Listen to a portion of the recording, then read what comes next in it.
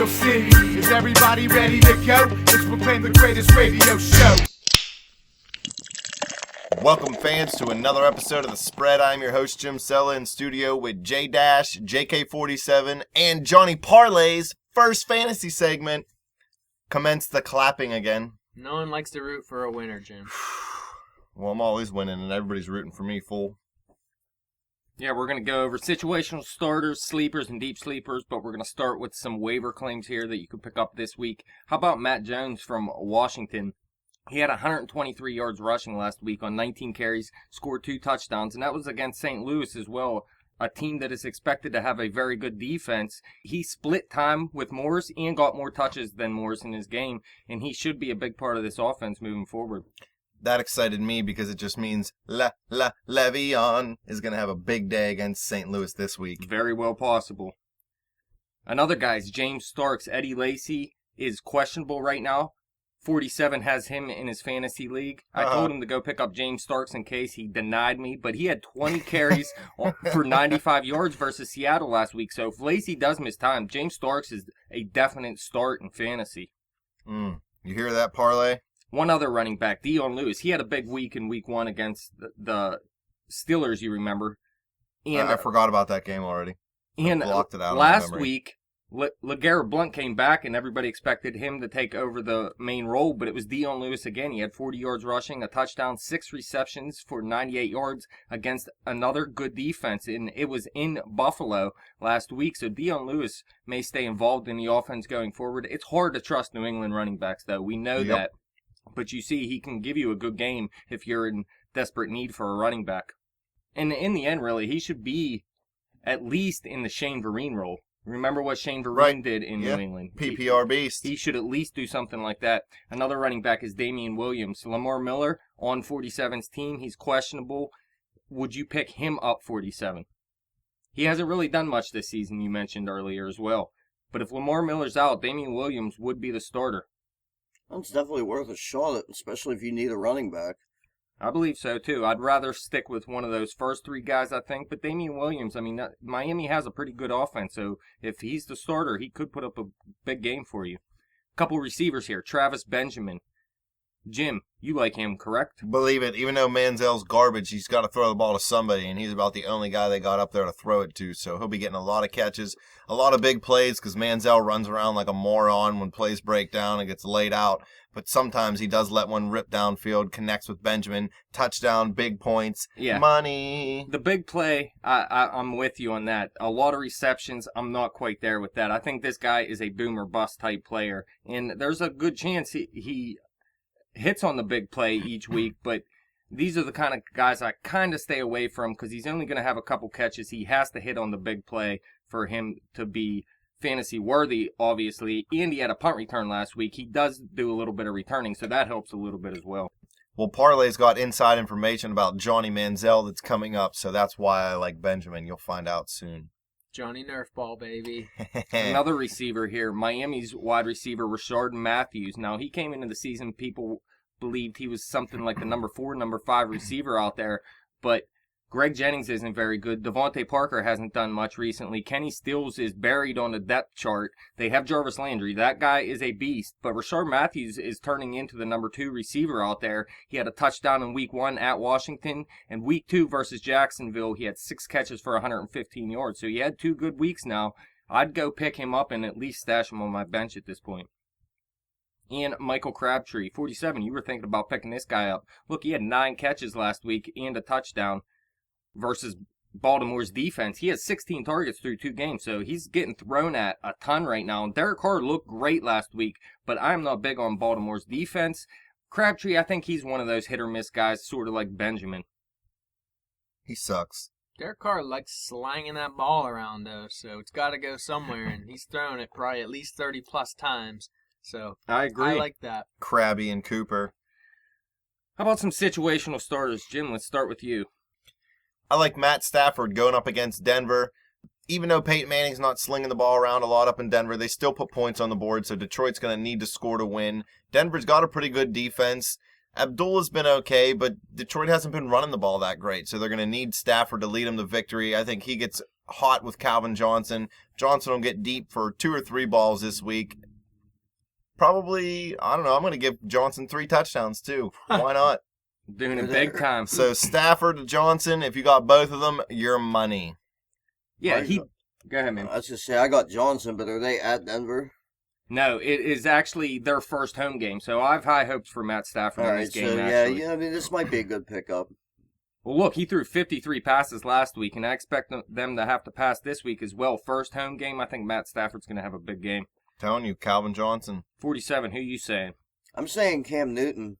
Cam. Bad Saints defense. Please believe. The Saints have a defense? I thought they just let other teams score.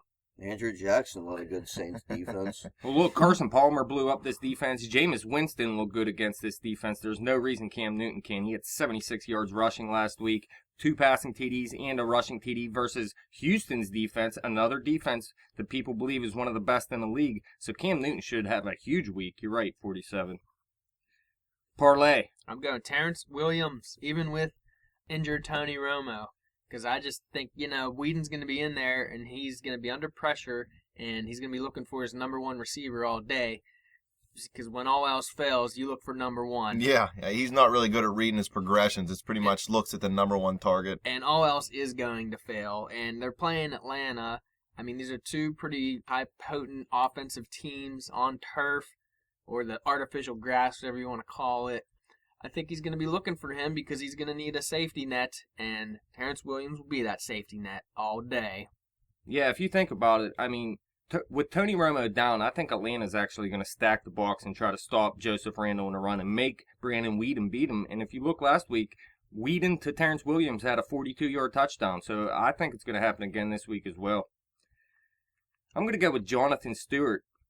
Stick with the same team as U47. I think he's going to have a big game versus New Orleans. Like you mentioned, their defense is bad. He has 35 carries through 2 games this season. He had 17 carries for 62 yards last week versus a good Houston defense that can really, really shut the run down. I mean, they're a little bit susceptible to the pass, but they really shut the run down, and they were feeding him the ball, and I expect them to feed him the ball this week as well, and I would definitely put him in my lineup if I needed a running back.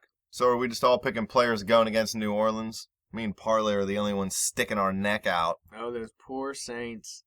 Let's move on to sleepers here. Jim. Well, who do you think it's going to be? Yeah, I know who it's going to be. Heath. It's got to be Heath Miller, dude, going up against St. Louis. Pittsburgh, they're not the greatest offense on the road last year. They did okay in New England as far as moving the ball, but they didn't put enough points on the board. But Heath's going to get open in the middle of that field. The defensive line for the Saints will bring pressure. Ben Roethlisberger will get out of the way. He's the great safety net. We actually scored points in the red zone. We were 5 for 5 in the red zone last week, so maybe the Steelers have figured that out. Heath is the greatest safety net of all in the red zone. Just get him the ball. All you do is call hot. He turns around. 2-point conversions. I mean, if Heath played quarterback, we'd still win. That's how good this guy is. Number 1 starter. Yeah, look, I think I'll have a good week. Jordan Reed actually put up a big game against St. Louis last week. Heath has had 2 good weeks now in fantasy, and when the offense does struggle a little bit to move the ball, Big Ben will look Heath Miller's way a little bit more. Please believe. I'm telling you, man, he's solid. Everybody hates on him because he's old. You know what? So am I. Oh, he's like a fine wine, that Heath Miller. Believe it. Parlay, you're going on the opposite side of the ball in that game. Oh, yeah, I'm going Nick Foles, baby. Number 1 because he's playing the Steelers' defense. Yeah. And as one Dylan Adkins from San Francisco knows, that Colin Kaepernick was even putting up points against that Steeler weak fence. And I think Nick Foles, he's a decent quarterback, and I think you only have to be decent against the Steelers next week at home on the turf. I know I'm really talking about the playing surface this week. Love it. But I'm just really feeling offense this week. And I'm feeling Nick Foles to just shred up this Swiss or the whatever cheese that it has holes in it defense. Ever since you started farming, you've been all about the grass. It's all about surface and the soil structure. I think you're right. Look, last week in week 2, Foles went into Washington and he looked bad. In week 1, he almost had 300 yards. He had 297 yards versus Seattle's defense. So I think there is a big difference between home and road splits with the St. Louis Rams. And you look at the Steelers defense, you mentioned they suck on the back end.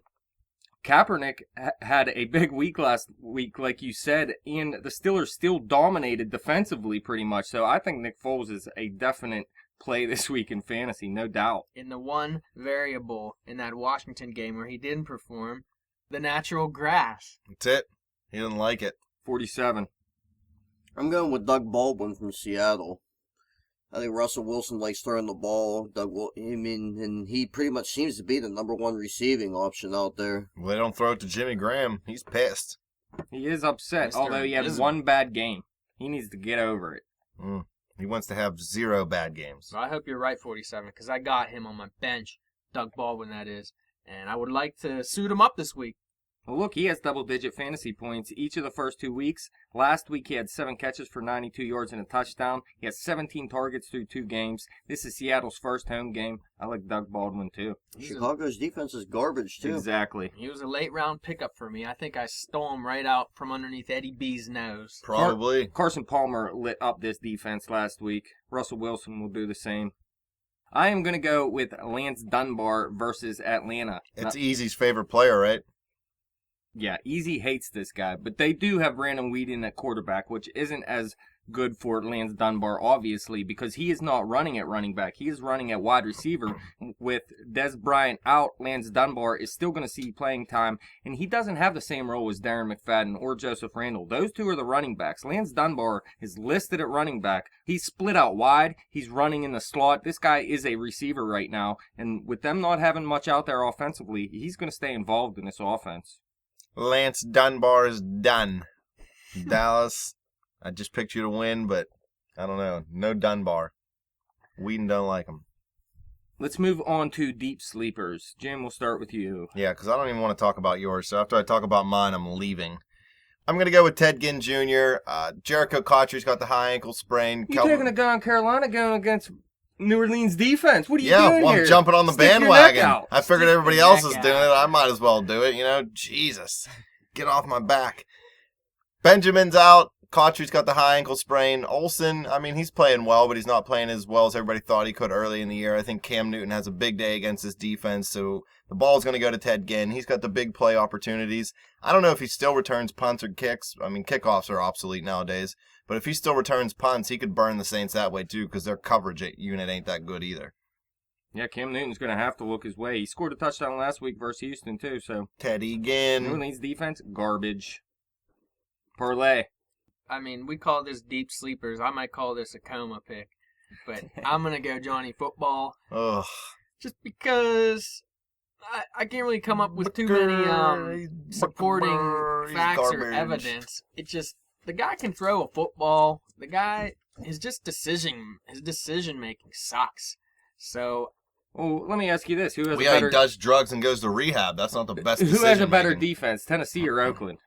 I got to say Tennessee. I would Oakland. say the same thing. Oakland's defense, I do not like at all. Now, Johnny Manziel had 2 touchdowns versus Tennessee last week. Oakland, they got lit up so far this season by Andy Dalton and Joe Flacco. Now, Johnny Manziel, he's not on their level as of yet, but I like Johnny Manziel this week, and he was my pick of the week. I'll just change it for fun, though, just to give another player for fans to hear about. Alan Hearns at New England. He is playing for Jacksonville. Now, most of the touches should go to TJ Yeldon and Allen Robinson for them. But Jacksonville is definitely going to fall behind in this game, I would have to believe. They're not going to be able to keep up with New England, and it can't be all Allen Robinson in the passing game. Their tight ends actually, I think they still do not have a catch this season, so they need to get Julius Thomas back. But I think Alan Hearns could have a big game here just in garbage time. Look, he had 5 catches for 60 yards in week 1 versus Carolina and 4 catches for 68 yards versus Miami last week. So he has been relevant in this offense, and I think this is going to be his best game yet, because New England's defense is probably the worst one out of the 3 defenses they face so far. Johnny Manziel's going to throw 3 interceptions this week. Johnny Manziel's going to have a big game this week. No doubt. Look, Oakland let up 66 points in 2 games, man. Okay. And that was against the NFC North as well. All right, word. Thought you were leaving. Look, man, you make no sense. You want to pick up Travis Benjamin, but you hate Johnny Manziel and you think he's going to throw 3 picks this week. And you wanted to make Benjamin your situational starter this week, but you didn't see him on the list, so you decided not to. So Manziel, 3 picks, but Travis Benjamin's still going to do big. Well, Benjamin can still have 4 catches for almost 100 yards and a touchdown, and Manziel can still throw 3 picks. I mean, it if still he throws works 3 out. picks, they're not going to be gaining any yardage because it's going to be all Oakland. Well, Oakland's going to be up huge at the beginning of the game, so Manziel's going to have to throw for How the many whole rest of the fumbles is game. Manziel going to have? Probably like 20. How many passing yards? Probably like 8. Okay, so you just said Manziel's going to have 8 passing yards. Travis Benjamin is not going to have 100 yards receiving then. You know what? 47. Manziel's going to throw 3 picks, and then he's coming out, I and don't then know. Benjamin's going to have a I good don't day. think, I So don't in think your anybody's face, going to Dash. score in that game, Halfback to be pass. honest with Yeah, you. halfback pass. I like it, parlay. 47, who's your deep sleeper? My Nobody deep cares. sleeper is an ex-Steeler, Nate Washington. Nasty Nate. Well, I mean, he's played well so far. I mean, he was 6 for 105 in week 1. He was 3 for 63 on an additional 8 targets last week. But, I mean, they're throwing the ball a lot down there. I mean, his value, though, is going to be, of course, affected by Marion Foster if he decides to play, because no doubt they're going to be running the ball a little bit more, obviously. I'm just worried about the quarterback situation there. Yeah, you have to see, but he is targeted a ton. 19 targets through 2 games. They're looking his way a ton. Now, Tampa Bay did shut down New Orleans' offense somewhat last week, but I do not believe Tampa Bay is a good defense because of it. I think Breeze did just not play well in that game, and they couldn't get anything going. The receivers aren't very good out there in New Orleans right now. Mariota, in week 1, torched Tampa Bay's defense, so I don't see no reason why Nate Washington won't stay involved and do it big. Is it at Houston? It is at Houston. Yeah. I mean, I guess that's what a deep sleeper is, right? I'm surprised you didn't take Darius Hayward-Bay. You know, I didn't want to take 2 Steelers because then you would have just made fun of me for the whole day, and I don't feel like dealing with it. That's all we got? That's it. You don't got no coma sleepers or, Comatose. Oh, I mean, as far as players are concerned, Carson Palmer's been getting it done. So in some of you, 10-team leagues, if you're looking for yeah, a quarterback, he's moved available, up to probably a he's on situational fire. starter already at this point. Well, he's Parlay's new starter because Parlay's old starter was Tony Romo. So you're going to have a dude, the man made of straw. you're going to have a broken collarbone and a torn ACL on and your you team. picked up a guy made of paper. Wet paper. Well, that's all we got for you today. Fans, if you got anything you want to let us know, hit us up on Twitter at bet_the_spread. You can hit me up on Twitter at betjimthewin. Check out the Facebook page at facebook.com/betthespread. Come back to YouTube. Keep clicking subscribe. Keep clicking thumbs up. If you think Dash sucks, just let us know.